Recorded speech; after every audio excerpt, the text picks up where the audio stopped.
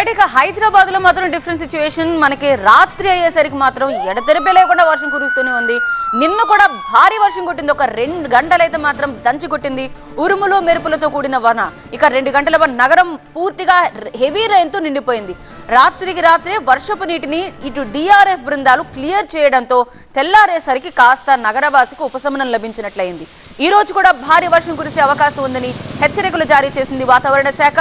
లోతట్టు ప్రాంత ప్రజలు అప్రమత్తంగా ఉండాలని జీహెచ్ఎంసీ అలర్ట్ చేసింది. సో మనకి గత 3-4 రోజులుగా రాత్రి వర్షం దంచుకొడుతుంది. అంతకుముందు పొంగులేటి కూడా ఒక హెచ్చరిక జారీ చేశారు. రాత్రి హెవీ రెయిన్ కొడుతుంది, జాగ్రత్తగా ఉండమని చెప్పారు. అలాగే మనకి మొన్న రాత్రి అలాగే నిన్న కూడా ఒక 2 గంటల పాటు ఉరుములు మెరుపులతో కూడిన వర్షం కొట్టింది. ఆ తర్వాత డిఆర్ఎఫ్ బృందాలు అలర్ట్గా ఉండడంతో రాత్రికి రాత్రే రోడ్లపై పేరుకుపోయిన బురద కావచ్చు అవన్నీ క్లియర్ చేయడంతో తెల్లారేసరికి కాస్త మళ్ళీ రోడ్లన్నీ కూడా విశాలంగా కనిపిస్తున్నాయి. కానీ ఈ రోజు కూడా భారీగా వర్ష సూచన ఉన్నట్టుగా వాతావరణ శాఖ చెప్తోంది.